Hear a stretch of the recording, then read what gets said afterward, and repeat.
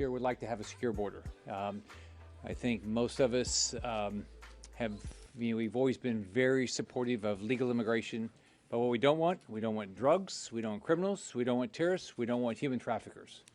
When President Trump was president, the border was secure. So it's not about the laws. We're talking about a new border bill, but it's not about the laws.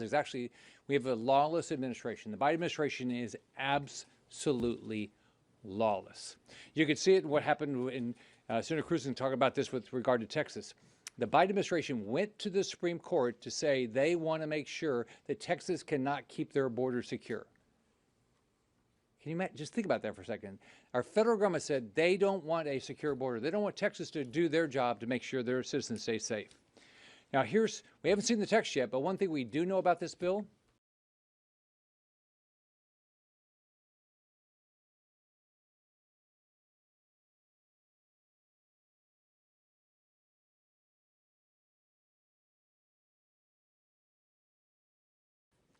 there will be nothing in there that will directly impact anything, whether it's Ukraine aid or anything else, if the border's not secure. So if we wanted to have something in there, we'd say, okay, so if the numbers don't come down, the monthly Ukraine aid doesn't go there. Mitch McConnell said, nope, we're not going to have that in there. It's not in there. So we have nothing. And it could be something else, but we're not going to have anything to do it. Now, one thing that bothers me is we don't have text. We're all U.S. senators. We ought to be able to be sitting there negotiating. We ought to tell them what our thoughts are. And by the way, the people back home, they ought to know exactly what's going on. This should not be a surprise at the last minute. And I've been up here 5 years, all right? And here's what's happened. They give us the bill at the last minute. You're expected to vote on it probably that day, and you get no amendment votes. That's not the way the U.S. Senate should work. We should all have the opportunity to engage. So we all ought to be involved in this. Now, one thing that's important to me is we don't codify Biden's open door policy. So they're talking about saying, oh, we're okay up to 5,000 people a day, 5,000 people a day. So let's just say 1%. So let's say 1% of them are murderers, are rapists, are terrorists, or some criminal every day. We're going to put those people on the streets that might impact our families. The other thing is we're hopefully going to have a new president. When we get a new Republican president, we should make sure we don't pass a bill that's going to impact their ability to secure the border. Trump was able to secure the border with the existing laws. Let's make sure we don't pass something that makes it harder for him to do that. And by the way, where's the House of Representatives? We have a majority. I think this is dead on arrival in the House, but why isn't the House part of this negotiation? We have a Republican House. We should not be voting for anything as Republicans in the Senate if the Republicans in the House don't support it. So I think the bottom line is this. If we cannot secure our border, we need to close the border. If we have a president that doesn't want to secure the border, let's close the border until we get a president that actually is going to enforce our laws. Now let me turn it over to Senator Mike Lee.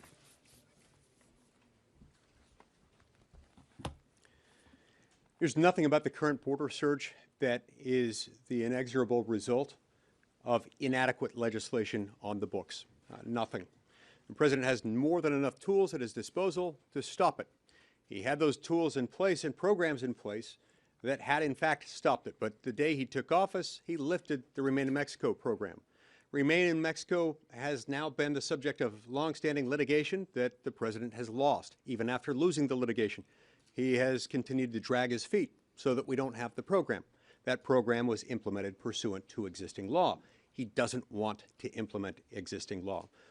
So what should give us any reason to believe that the administration that with existing law doesn't want to use the tools that it has already on the books today will suddenly change course if he has access to new laws, including a new law that would give him a new additional tool under the law to shut things down. We don't know exactly what this means, but shut things down once we reach that critical threshold of 5,000 migrant encounters per day.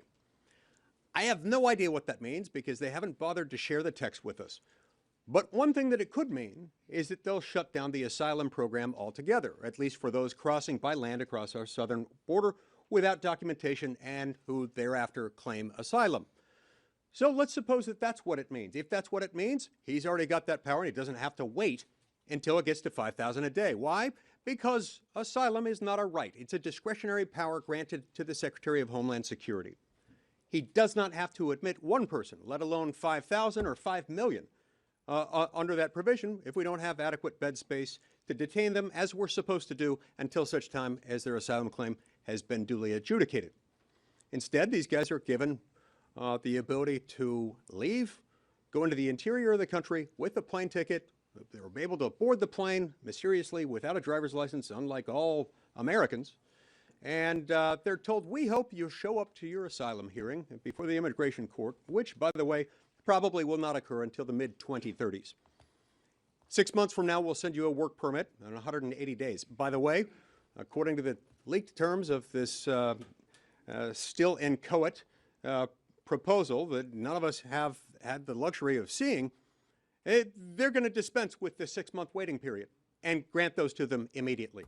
That will turn up the electromagnet bringing in illegal immigration, and it's wrong. So, look, while it's true, I have great respect for colleagues who are working hard trying to fix the problem, and I'm sure they are coming up with some provisions that might help certain things. But from what I'm hearing, this could cause as many problems as it solves, and there's a risk of it creating some much bigger problems that we don't even have right now. So I've got deep concerns with it, and happy to turn the podium over to my colleague, Ron Johnson.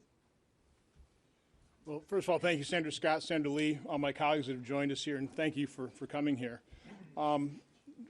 As this is being described to us, and again, we've not seen a text, you'll hear that as a pretty common theme here, but our staffs have been briefed by leadership staff. The phrase that keeps going through my mind is Rube Goldberg. This doesn't have to be complex. This should actually be pretty simple. But again, because we haven't seen text, really all I have are questions. These are questions I have that haven't been answered, and I would suggest these are questions you ought to be asking Senate leadership about this bill. The first one, so they've set these thresholds at 4,000 and 5,000.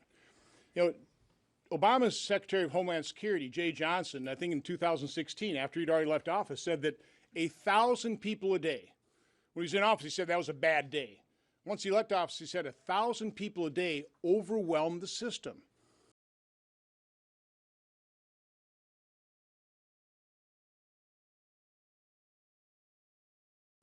So if 1,000 people a day overwhelm the system, and that is true, that's still true today, why wouldn't we set the threshold at 1,000 rather than 4,000 or 5,000?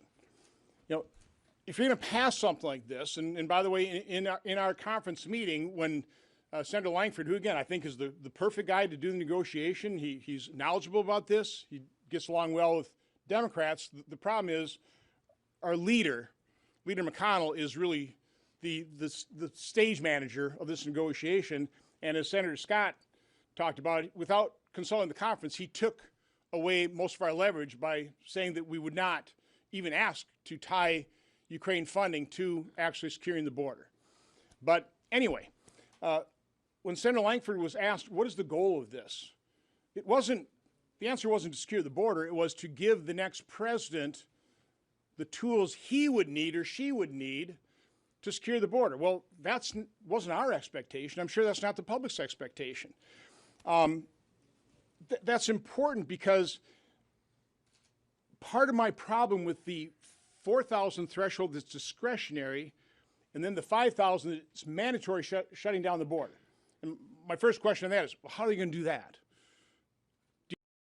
Just because you're black doesn't mean you have to vote Democrat. This year, in order to see benefits for our communities, we need to vote outside the box. Find out more by visiting us at tuconservative.com.